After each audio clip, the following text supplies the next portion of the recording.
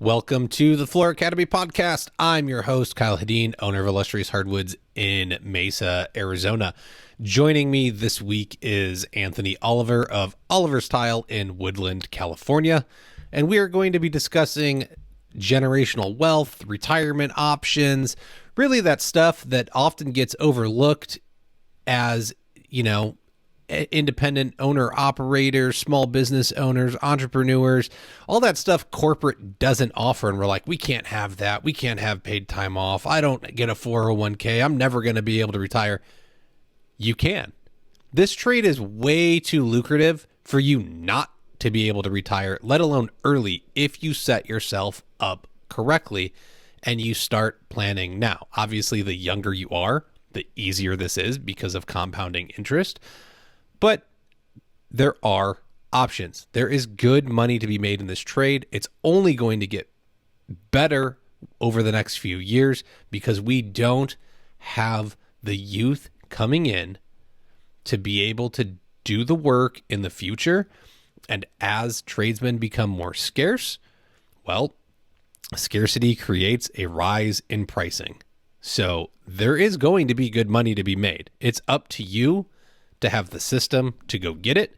That's why Floor Academy is here. We can help you do that. We want to give you a lifestyle lift to help you be more successful, have more free time.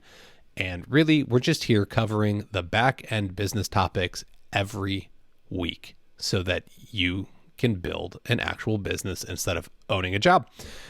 If you want to help support the show, you can do so at patreon.com/Floor Academy. Even $5 a month goes a long way in helping this thing all happen. I very much appreciate all of my Patreon supporters and the contributions they make. You can visit the website at flooracademypod.com. Check out the files. There's plenty of stuff over there to help you figure out what your day rate should be, keep your tools organized, figure out how profitable jobs are, among other things. And don't forget about the shop. Pick up a shirt, a hoodie, a hat, a beanie.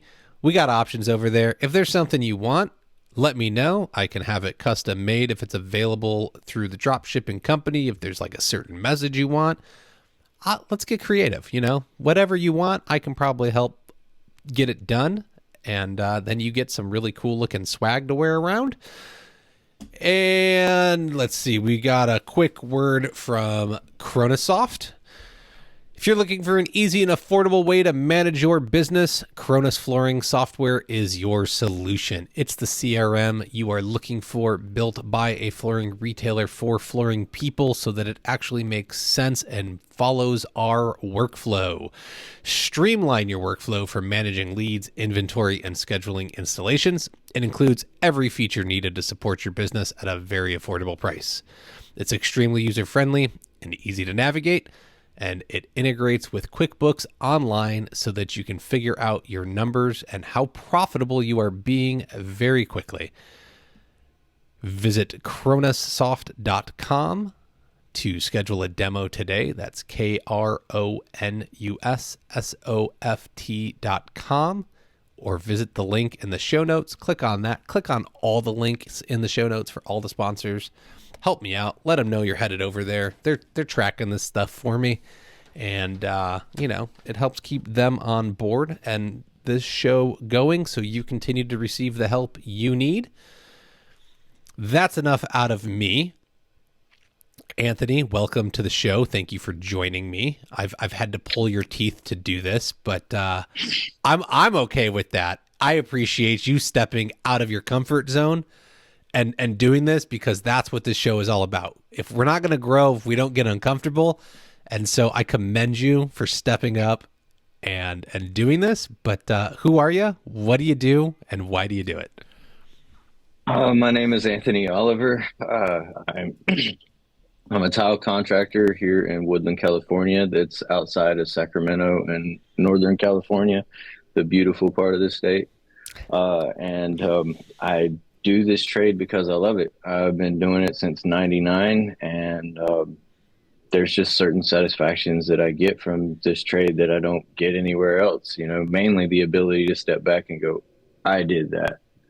It's just always been a satisfaction to me. Now I'm trying to pass on to my son the trade. Uh, and yeah, I do like how much money we can make in this trade. And for the longest time, I didn't realize that either. Yeah, came from being an employee for the longest time in my hometown, and when I moved out here to California, the way the contractor culture is, I went to go and they told me I had to go and work under somebody else, and I was like, I'm already an installer. I know how to do this, and I go to places and they weren't quite doing it right, um, and I didn't want to work under somebody telling me to do it wrong, and so I went to looking into getting my own license, and yeah, I haven't turned back. Mhm. Got the backing of the education of the NTCA to back me up when I'm arguing with people telling me that their wrong way is the right way, and yeah, it's been fantastic. That's awesome. Uh, Using your resources to succeed. I love it. And you're right. I love being able to step back and looking at something and saying, you know what, I created that. Even if it's, I know, folks, I click things together. I got it. Okay. I'm not making beautiful showers or anything, and I'm not sanding and fit. I know.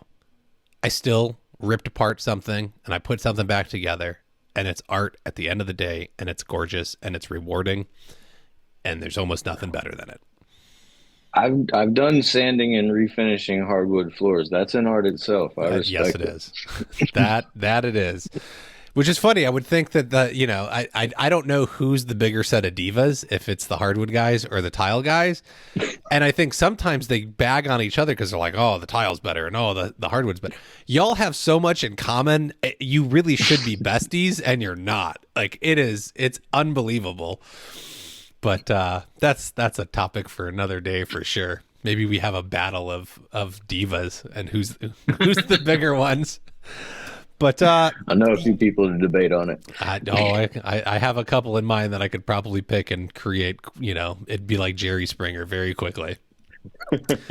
But essentially, we're here today because we want to talk about the things that we don't get as independent business owners, and I think it's sad that we look at this a lot of times as owner operators, small business owners, that we don't get opportunities to get ahead. Well, you can own this business, but you're not going to do well.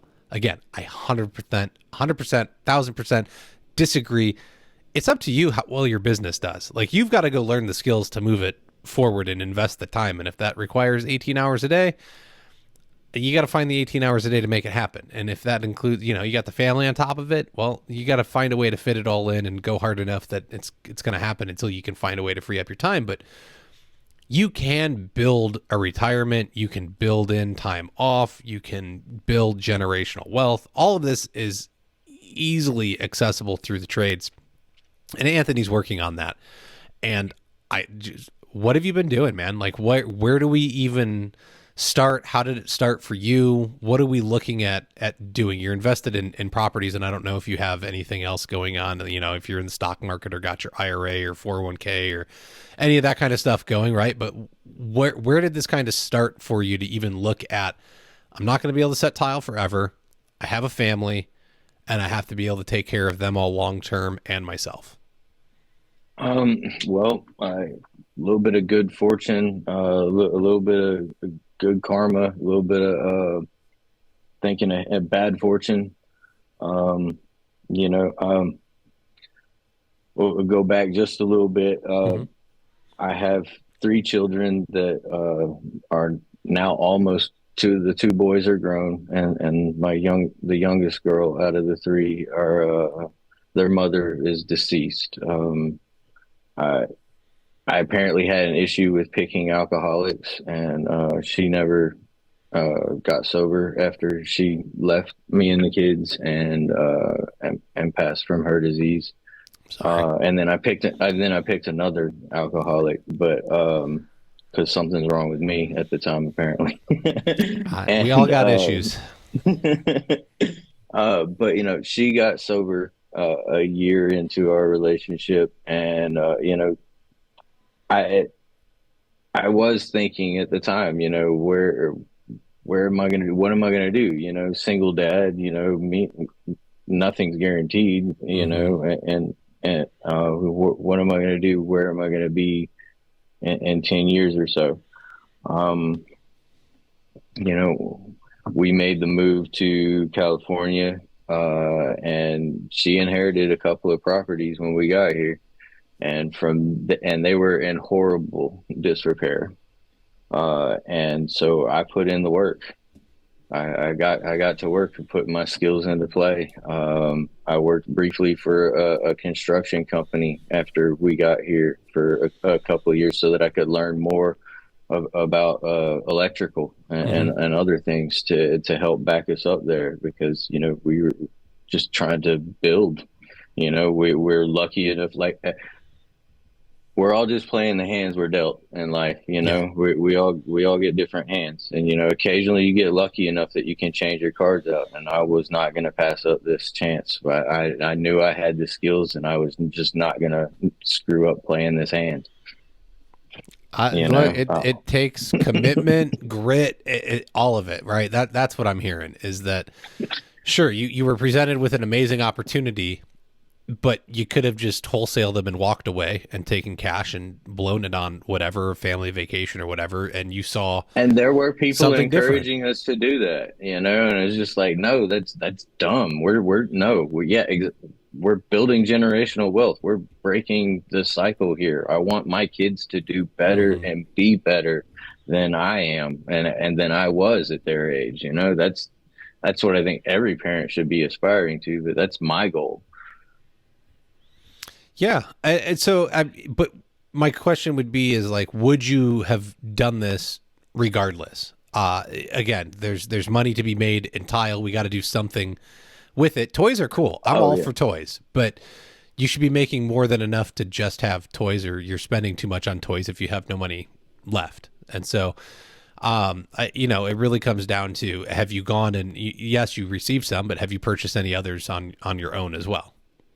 Yes, yes. Okay. Well, that's been part of the process since then. Uh, we I put in the work to these places. We sold. Let's see. I got a few notes here because I'm horrible with keeping track of all these things. All right. So the first thing that we had to do was deal with leaking roofs on the houses. So we had to immediately get them appraised and get some finances in order to cover the materials and the things that needed to be done there. Uh, so we got that dealt with and everything. we uh, we sold one. Let's see. We have we got three of them here in 2018. We sold one in Okay. 2020 because it was yeah. We had it was a bad situation Okay. on that one. Bad tenants, bad California eviction law. We've gone through that a few times Hmm. dealing with these properties. But during COVID, it was the worst. So we cut our losses with Okay. that one, and then immediately turned around and bought another house within the 1031 exchange. And from that one, we turned it into an Airbnb for traveling nurses, Okay. and we were making good profit on that one. That's a That popular thing to do. I know a lot of people that are picking up properties and putting traveling nurses in them.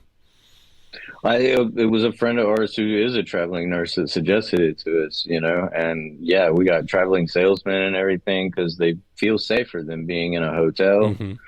They got some privacy to them. It's just a lot of preference to them. And then the house is located right next to the hospital, Oh, so nice. Okay. Makes sense then.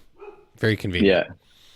yeah, yeah. So we did that one for a while. I did a giant back porch One of the houses, I put new showers. That it was it was so rotten in there. I was pulling wood out of the wall, Hmm. the framing out, Hmm. trying not to knock the stucco out because I didn't want to have to fix that. It Uh, was bad. It was bad. But I got all that repaired. I got that fixed. And when we had that one appraised in 2018, it was around 400. okay. Uh, in 2022, whenever we decided that it was time to move things around, sell it, and make other investments, we sold it for 530. Nice. So, so we did pretty good there. Real estate is a long-term game, but if you have a plan in motion and you know exactly what you're going for next, you got to make moves to make the steps to get to where you want to be. Mm-hmm. Mm-hmm.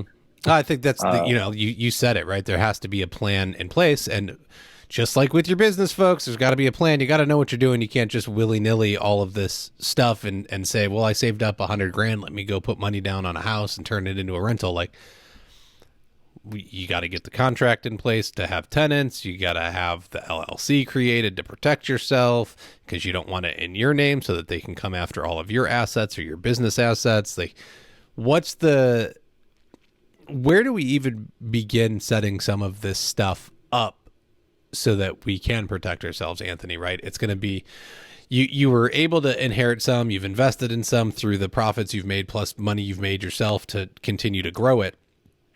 And so we've acquired these properties, but now we have to do something with them to let it continue to grow and build. So how do we set, what are some of the steps we need to do to set that up so that we can be safe and make sure that there's, profits so that we can continue to move it forward? LLCs are a good option in order to cover your butt legally. We deal with lawyers and real estate agents. We've developed relationships with them through this, as well as it being a small community where we're at. That's allowed us to, network with them, as well as my contractor experience. I mean, that's not to digress from your question, but that's the big thing that we have to offer Mm-hmm. into this is our experience as contractors. A lot of these guys that are flipping homes and trying to get into the real estate game, that they're not looking at it like contractors. They don't understand how much money is going to go into the repairs. They don't know how to estimate that. Those are the things that us as contractors can go in and see and take advantage of that they can't. But yeah, to protect yourself, as far as that goes, the main thing is just making sure that you have cash flow. You need to make sure that you have cash flow. You need to make sure that you have whatever you need to cover things, just like running a business. There's overhead to cover. Mm-hmm. There's, Well, you can't guarantee you're going to get rent. The place could stay, a tenant can decide they're done. It could take you 3-4 months to do it. And if you've leveraged the property, you don't own it outright, you got a mortgage to pay for 3 or 4 months. And so where's that money coming from? And how are you going to protect yourself? So rental rates usually aren't, you usually won't go that long without renting it, but it is possible. It, so far we've been very fortunate, but yeah, nothing's guaranteed. mm-hmm. What about, did you just go buy like a cheap, I know that you used to be able to go to like some of the office supply stores and they would have like tenant contracts like hanging up on the wall. You could buy it. Or did you go to a lawyer and get something drafted up to better protect yourself? What'd that look like? Yes. We had a relationship with the lawyer here, uh, because we had to go through probate and everything Mm, anyway. So they drew up something for us. It was pretty simple, pretty standard here in California. okay. Um, deposit, first month's rent, the standard stuff. But Hmm. the main thing was trying to get the market value, Okay. which we didn't have too much of a problem getting. But we inherited bad tenants at first, and that was horrible. Yeah. Well, so you mentioned that you ditched one because COVID became a pain in the butt, and essentially it sounds like you had squatters going on. So my question now is, have you gone back to a lawyer and revisited the contract to better draft it to protect against situations like that? Yes, yes, we have. But it being California, it is a squatter's right state. So they Yeah. have certain rights to go through, and that's part of covering the overhead. That's part of why rent is high in some places. Mm-hmm. Mm-hmm. It sucks, but that's the game we're all playing. Yeah, there's two sides to it, right? We got to outsmart the people that are trying to outsmart us, and it's building wealth isn't just done by finding some money and saying I'm going to go make it grow by setting it here. It Anybody that convinces you that what am I thinking of? It's like free revenue. It's not free revenue. It's labor for what? Why can't I think of the stupid term? Where like it's just free income. You don't have to do anything for it. Well, I can't think of the term. I feel like a fool. Um, I'm it back doesn't. home. They call it mailbox money. Okay, I mean, but there's nothing. Everything's going to require work, right? It's not. I think people think you can go get a like vending machine still, and it's just going to Right. magically produce revenue. Okay, well, you got to go fill it. You got to pick up the money. You got to go shopping for the stuff to fill it again, or even an ATM machine. Like, yeah, sure, it's going to generate revenue every time someone makes a transaction, except now you have to go deal with the bank, get the money, go over there, grab all the, transactions out of it, put the new money in, let alone you're carrying around huge sums of money that is just like unsafe. But even with rental properties, like there's risks, and you need to assess those and make sure you're protected from them, and then you have to make sure you're getting your rent. Like, it's not, the money doesn't just show up. There's work that is required throughout it.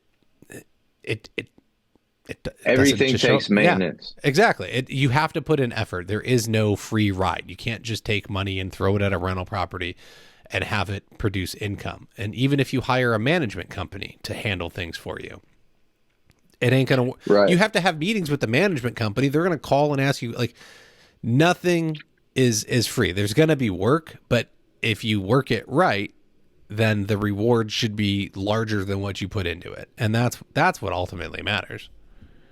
Right. And then, there's pros and cons to dealing with the property management place too. Having Mm-hmm. worked for property management places as a contractor, I know that they're pressuring contractors to do things wrong and cheap, and Get so it back they're on the my market. house, they're my houses, and so I care, Mm-hmm. and because I know better, I care. Yeah. Some of them may not know better. I try to give the benefit of the doubt. Oh, I agree. I mean, I'm not going to hold it against somebody, but I think there's, from coming into it, right? If we want to build something, is it an investment, or are you just going to run it into the ground and get a one-time use out of it? If it's truly an investment, then you have to put back into it. Exactly, exactly. And that's something that's the way that the company feeds into this is, the company helps with whatever needs to be renovated Mm-hmm. in the houses. We manage to do it so that the company can get paid for it at certain times. But, I'm not, that's big projects. And we had to, we worked our way up to being able to do that. But I mean, little stuff, of course, I just do that because it needs to be done. It's my house and I know Mm-hmm. how to do it. Well, I think that's where we get a huge leg up in this game. The one of the only things guaranteed to constantly go up is that there's a finite amount of real estate in the country. Well, yes, there's still a ton of land available. There's better locations than others. And so if you can buy a good piece of real estate, then it's guaranteed to go up over any 10-year period.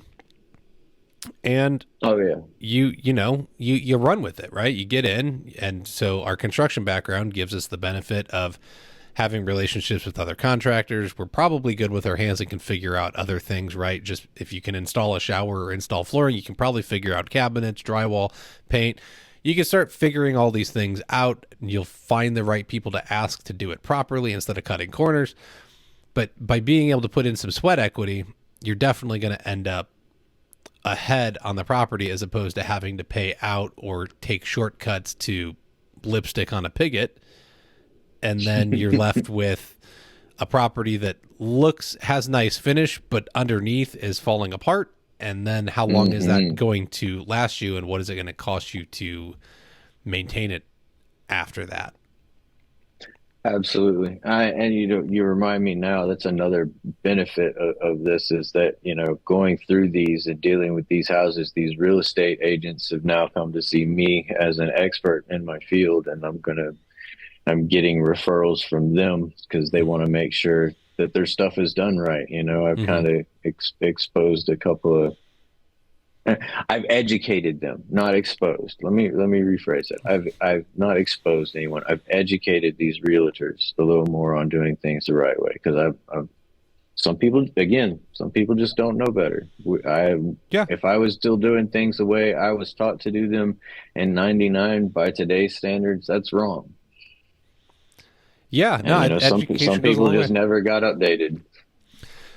Sadly, yes, but no, I think that's a great perk to come out of it, right? Not only are you able to make an investment into yourself so that you can better your life and your kids' lives, but then it rewards the company that funds a lot of this moving forward by people seeing how committed you are to doing it right. And then they respect not only that you're able to educate them, but the quality that you're putting out there.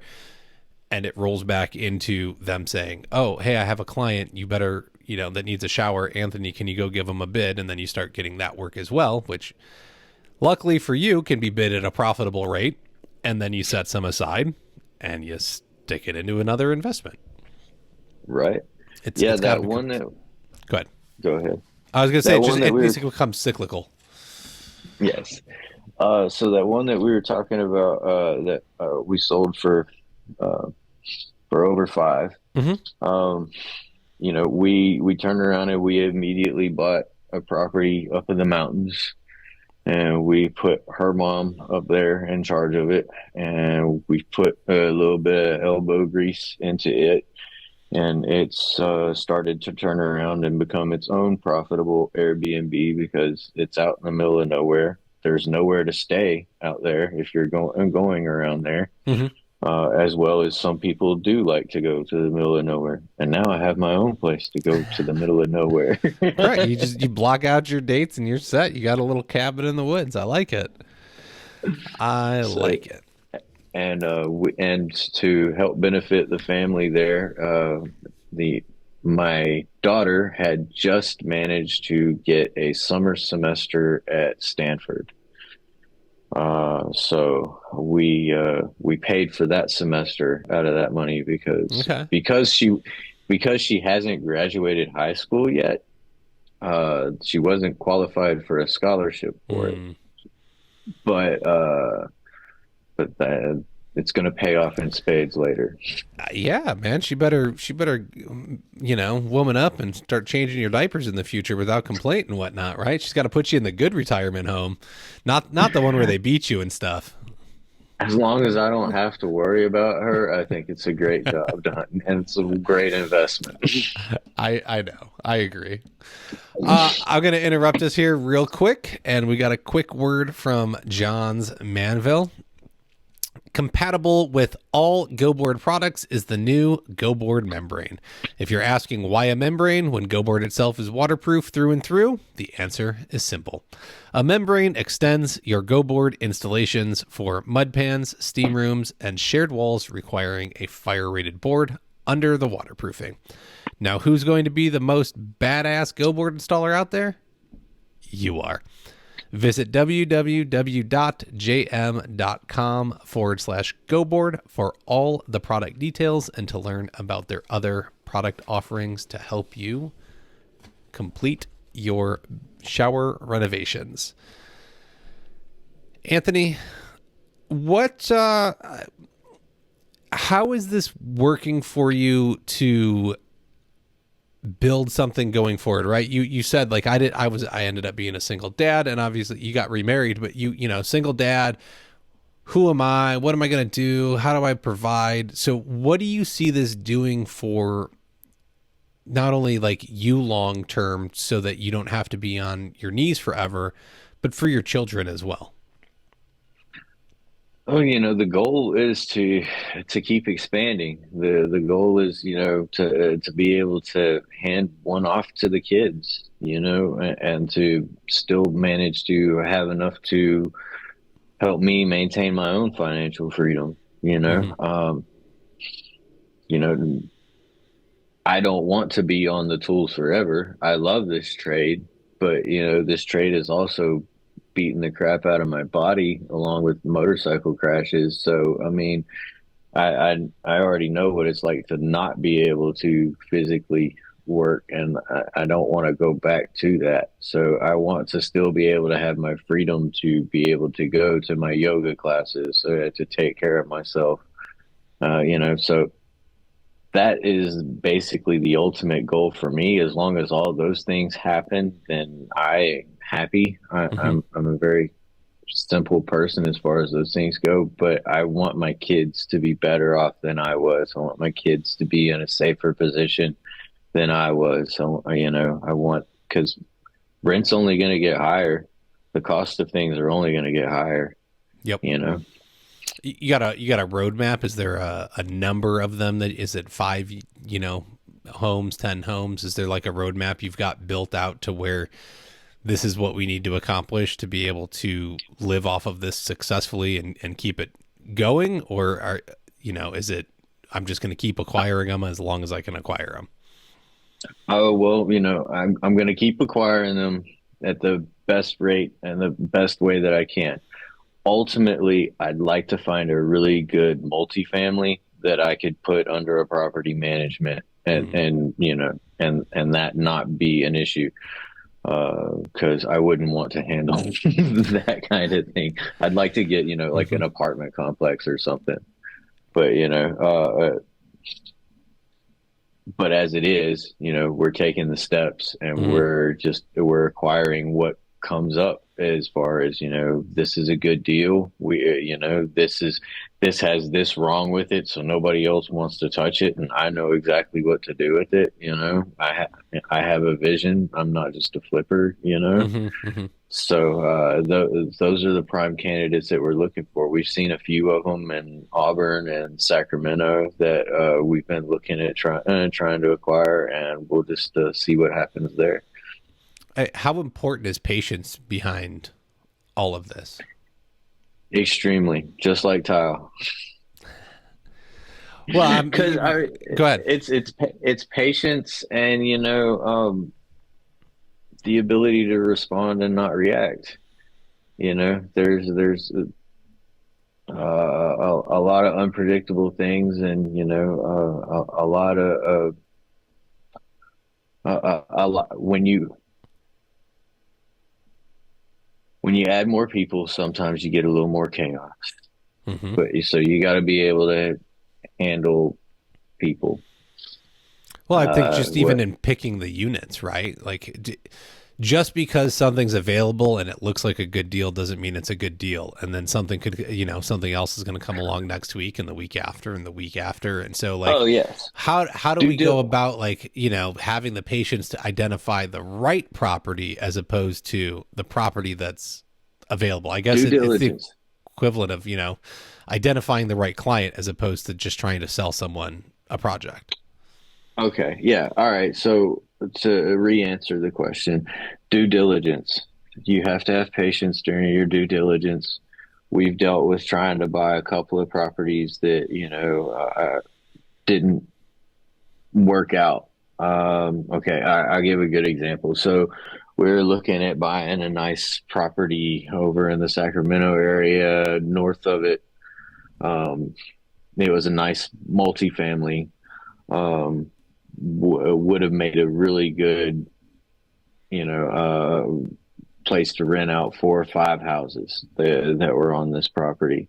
Okay. Um, and we were prepared to go forward with it. I saw the things that need to be fixed around there, and I'm like, yeah, this piece of cake for me is like, just give me the materials and let me get to work. Um, and But it was the well. The well was an issue, and the it kept coming back bad, and the lady wanted to act like we were trying to screw her over by saying that we couldn't buy it unless we either got a rebate on the money to fix it or Hmm. she fixed it first, basically. Yeah. So, glad we did our due diligence, glad we had our patience about it. And I'm glad that, we were prepared to back out and move on to something else. We had a couple of other places in mind if that fell through. So, I mean, you got to be prepared and do your due diligence and not put your heart into it. Be prepared to have your heart broken. Well, yeah, and from that perspective, right? If this is going to be technically, this is another business, and so it needs to be a Hmm. business decision. This isn't your personal house. You can't have feelings about it. It's a money generating opportunity, and so there's no rewards if this well doesn't work, and so it doesn't work. Like, it sucks. This would have been a great opportunity, but oh well. Here's another one over here. Let's go assess this. Does it work? And I think a lot of times people will think they can get into it without assessing all of the details or figuring out the consequences behind things. They're just like, it'll be fine. Like, we'll just fix it. Fix what? Like, do you even know how? Do you know what that costs? Do you have the money to float it while you do it? Are you gonna have to save it up? Because for me, the next question is you're doing all this work yourself, or a lot of it at least, but Hmm. you're also running a tile company. And so, that's going to take some grinding to make it all happen. But are we installing tile, 9 to 5, and then we go and work on these places, from 6 to 10? Or are we just doing it on the weekends? Or are we taking a week off because we've built in rates that are high enough that we can work 3 weeks out of a month to take a week off? Are we trying to get all the Well, work done? Is it taking months? Like, how are you setting this schedule to even accommodate making this all happen? I didn't have a schedule for years. It was just next project, next project, next project. Okay, this is broken. Okay, this is okay, next project. Okay. Okay, make sure this bill is paid. Okay. But I knew that I had to put in the work in order to get to where I wanted to be, and now it's paid off.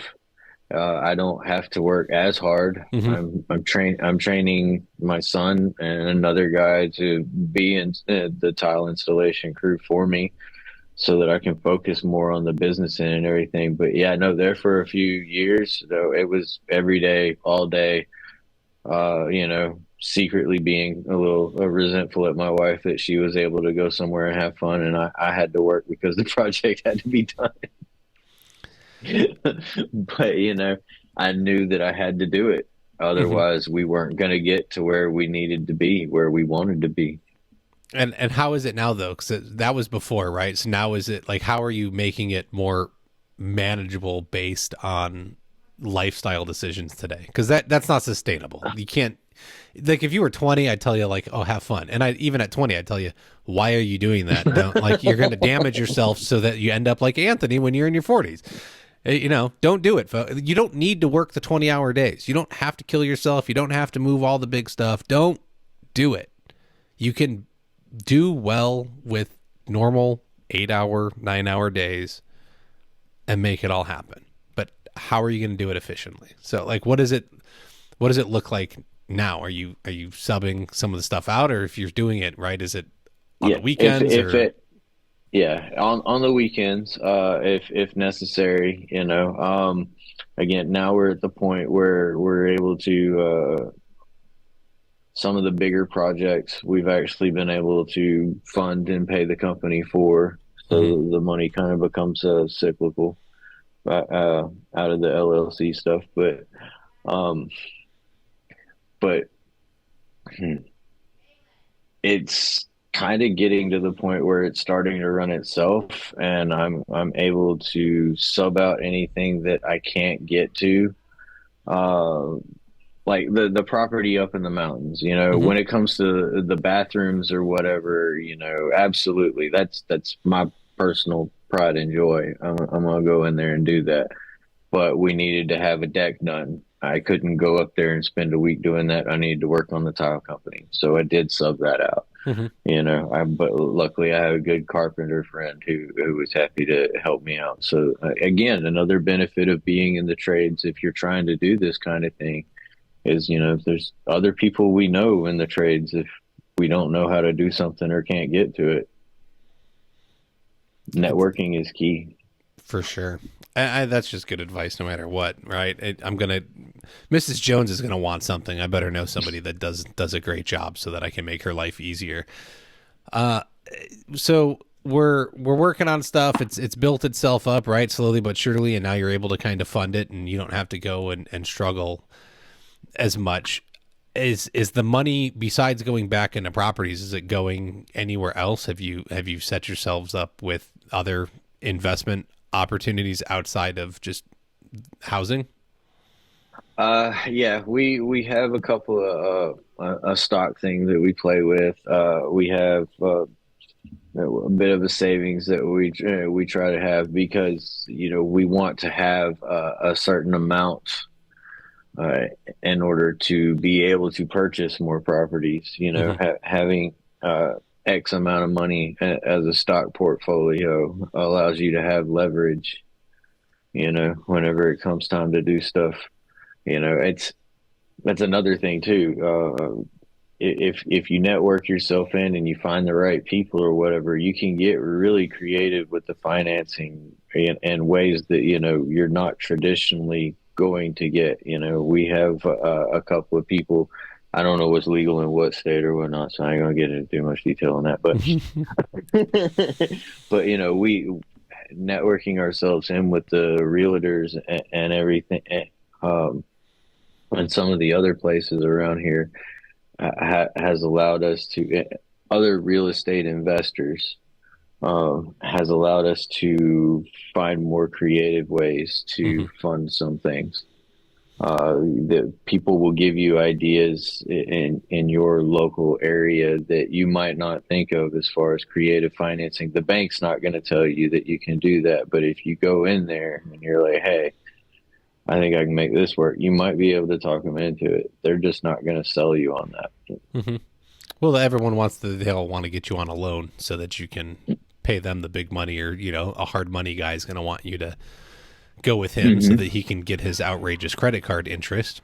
I'm Yep. dealing with it right now. So my father recently passed away, and my brother and I have inherited his home, and we looked at the wholesaling option, and we both said, well, that's decent, but we would like more out of it. There's more potential, and so we are looking at trying to turn this thing over and be able to sell it for more. But we're Right. also struggling with some cash right now, and so it was like the amount it needed was, okay, I've got about half of that, and you got nothing, so we can start. And then there's a brokerage account that will get free of probate at some point, and we can finish it up. But it was, the wholesaling option became interesting because it was like, well, we can wholesale it, but then they're going to want us to self like owner finance it. So that way we could have received interest payments. Well, they did the work and then had it on the market to sell. We Hmm. were presented with an opportunity from the real estate agent that their team could rehab it, and same thing, we could do seller financing and earn interest on it while they worked on it, and then we would have worked out a deal of what does it look like for you to do the work, and then we would get this plus the carrying it plus a little bit for letting it take longer. So yeah, there's A tons fee of for a fee for a fee for a fee. correct. You They need to will fee the crap out of you. they will, but you need to have somebody that's on your side and knowledgeable in that field to work out the best Hmm. deal possible. And I think that's, again, relationships are super important no matter what you're getting yourself into. But Hmm. yeah, I think looking at the creative solutions, I think a lot of people would be opposed to bartering. I, Right. I made very poor decisions. I didn't go to a dentist for like 20 years. It was horrible. And then I had one come up as a client. So I pitched her and I was like, look, how about we just trade, right? Like whatever this floor is going to Right. cost you, it was like 5 or 6 grand. And she was like, you want to trade for services? Hell yeah. Like, yes, let's do that. Right. So she paid for the materials, but then the labor was all trade credit, man. I went and got my stuff all fixed up. For And her, it was just a few hours of work, huh? it was definitely far less work for her than it was for me. But I got good results. So it was fine. It was a good trade when I needed it. Um, and it also helped keep our books a little cleaner, right? Because it was just a barter, right? So like Right. I did some labor and it exists, and she did some labor and it exists, and you still got to pay the supplies, so you get the tax write off. It was great. But I think just Yep. being creative in how you approach things and going and trying to find other solutions that are outside the box, that's where you're going to really be able to start building this generational wealth, right? It's not about just going and saying I can acquire property or I can acquire stocks or put money into an IRA, which is still stocks, but what like it's not just putting money places and letting it do, like how do you continue to make it work for you in the most efficient way possible and without thinking outside the box? I don't think you're ever going to find that stuff. You're absolutely correct. But everybody's going to sell you on their path. You got to have creative people in your network that are on your side. Mm-hmm. It's just you got to know as many people as possible. It's the old adage is right is that it's not what you know, it's who you know. It's wrong. It's true. It's not who you know, it's who knows you. And then you're That's going to true start too. getting stuff done, right? They got to remember that they know you when stuff comes up, but just having a network of people to bounce things off of in general is a very, very positive thing. It changes your life when you can get outside of your own sounding board and start getting other opinions, especially from people Yeah. that are As knowledgeable. well as Don't go trust Uncle Joey. Uncle Joey doesn't know a damn thing unless Uncle Joey has a portfolio that proves he knows a damn thing. that's right. That's right. How much has that happened to you? We got into it a little bit before we started, but like you inherited the properties from your wife's family, Uh, and yeah. there was a lot of bad advice from at first. Oh yeah. A lot of people wanted us to just sell it and go. A lot of people wanted us, do this, that, or the other. A lot of people wanted us to do what either they would do or what was beneficial for them, even Mm-hmm. and um, yeah, we had to. No, like I said, I knew that we were going to be. This was our chance to make something good to change out our cards. Mm-hmm. Like I said, I totally would have done something like this regardless. But let's be honest too. California property is the highest in the nation, and I'm extremely grateful for our good fortune on that part. Mm-hmm. Mm-hmm. I probably have a better chance of getting in the market and other parts of the country where property isn't quite as high. But I'm Sure. grateful for all the learning experiences that I've gained from it. Mm-hmm. Look, people, you can go still get a home super cheap in Detroit. There's homes in Milwaukee for like 20K. I'm not saying that you want to go work in that neighborhood and be present there, or that it's not boarded up and needs like $100,000 in work, but you can acquire a property very cheaply. Like there are opportunities available. It's just how are you going to make it work? Um, Yeah. So what Sacrifice, save your money, and hang on to those extra materials from those jobs. for sure. So besides getting bad advice from family members, right? Like, oh, you should just sell it, right? And then take the money and run and maybe go, go to France or go travel the world and enjoy yourself, right? Have fun with it. Hmm. How hard has it been and how important has it been to not increase your lifestyle with it because, oh, well, now I get an extra $1,200 every month, as opposed to Right. looking No, at it and saying, right, I got to set this aside. It has to go back. It has to do more. right. Yeah. No, it's luckily, I mean, we come from pretty humble beginnings, me and my wife. So, I mean, I wouldn't say that we've gotten any fancier or anything like that. It's just, I'm grateful that the bills are paid all the time and I don't have to worry about that so much. Mm-hmm. Our car note is lower because, we're able to put down a pretty good payment on it, at first. And, those kind of things definitely help us out with keeping our bills down. But Mm-hmm. yeah, no, we never, gone crazy, and we don't have an extremely lavish lifestyle. Like I mentioned, she's sober, so that's not, we're not buying bottles of wine or anything. I'm not knocking anybody who does, but Yeah, yeah. that's just our lifestyle. So I mean, we focus. We probably spend more money on our health stuff. I probably spent more money on my Spartan trifecta here the past couple of weekends than anything else. Which, congratulations, that's badass, and that is Thank no you, easy thank you. feat to accomplish. So, within that realm, is there like a number that you apply? Right? Are you taking any of it, or do you invest all of it back right now? We invest everything that we can into, Okay. keeping everything going. We're trying to make sure that we have plenty of reserves in case anything happens. Mm-hmm. We made sure that we had plenty of reserve while we were getting the Hayfork property going, because the goal with all of these in the mathematical equation in these properties is making sure that there's cash flow coming through them, and we realize when we get them, there's going to be work, there's going to be ovu grease, there's going to be money put into it in order to get to the point where it's worth more so that we can Mm-hmm. get more, so that we can, move on to the next level.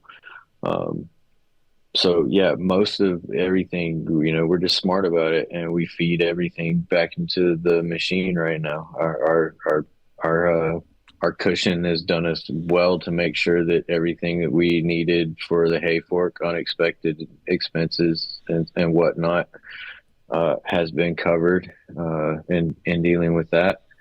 And now it's starting to turn a profit. So, we calculated, we had our cushion, and we did Beautiful. well. Awesome.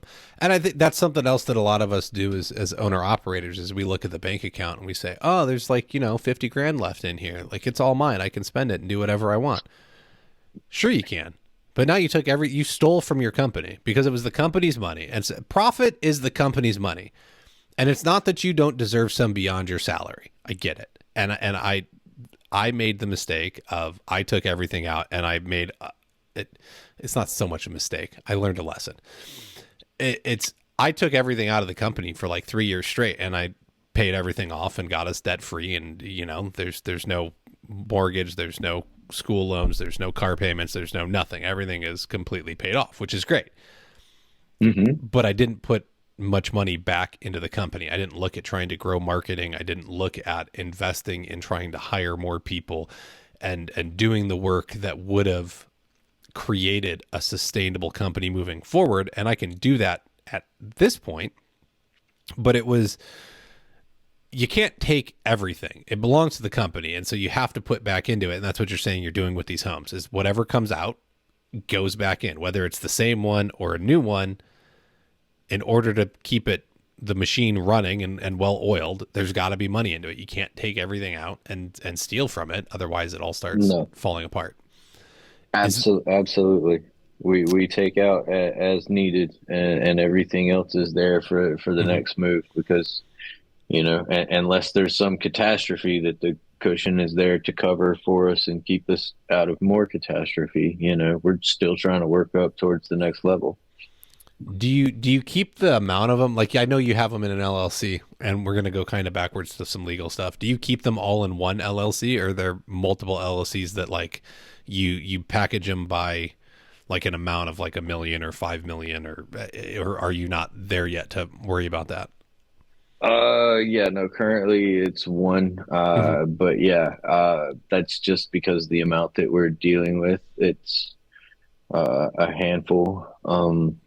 But like I said, if I get to the point where I'm, like I said, doing an apartment complex Hmm. and handing it off to a property manager, then that would be in its own thing because I wouldn't want that to touch my personal, not Hmm. my personal, but the ones that I have a personal attachment to. Well, I mean, I wouldn't have there's a personal no, yeah, attachment yeah, to an yeah. apartment. There's that, but I think from a liability standpoint, it becomes right. Yes, The absolutely. more things that are in this LLC, then the more people have access to. If somebody gets hurt at property A and property A, B, C, Hmm. D, and E are all in the same LLC, they can come Hmm. after all five properties as opposed to only property A. Now, granted, on the back All end right. of that, we also have to look at if every property is its own LLC, then you get to pay your tax guy for every LLC Yeah. to file taxes. So there's a balance to the madness, but Hmm. Yeah, that's we why need we to only look do at it. one right now. Hmm. Yeah, that's why we only do one because we just have the handful. But if it grows and like I said, gets into some of those more different areas than we're currently in that I'd like to get us into, then yeah, that would be its own separate thing. Okay. Mobile home parks. I've heard a lot of pitching here lately that those are Yeah. actually highly profitable. If I was to work on investing in that, I would put that in something different than the Hmm. homes. Own the land, not the building. Get screwed on rent for the rest of your life. Sounds like a great deal. They're very popular down here in Phoenix. I don't understand why. Buy a home that's going to lose value. Buy a home that's going to lose value, and you have to pay rent on. I, Right, right. The sounds good. moment you roll it off the parking lot and into the your parking spot, it's lost its value. Yeah, it blow my mind, and they're wonky, and they suck. They especially suck to work on, but that's a whole nother conversation.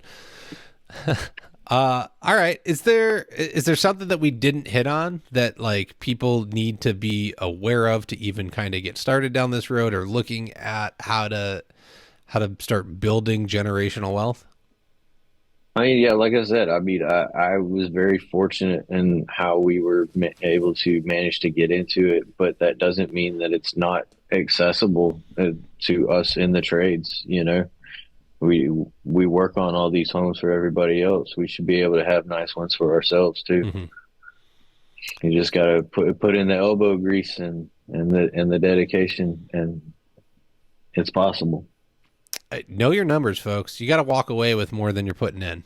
And so in order to do that, head over to flooracademypod.com/files, download the business budgeting spreadsheet, figure out your day rate, what it actually is going to cost you, right? This is where you can build in paid time off, retirement money, being able to afford a new truck and trailer or whatever setup you want to have so that you're paying cash for it when it comes time that due to get a new one instead of taking out loans. Like you can set yourself up moving forward because if you're struggling to figure out how you pay for the truck now and you don't change anything, how are you going to pay for it when you need another one in 5 years?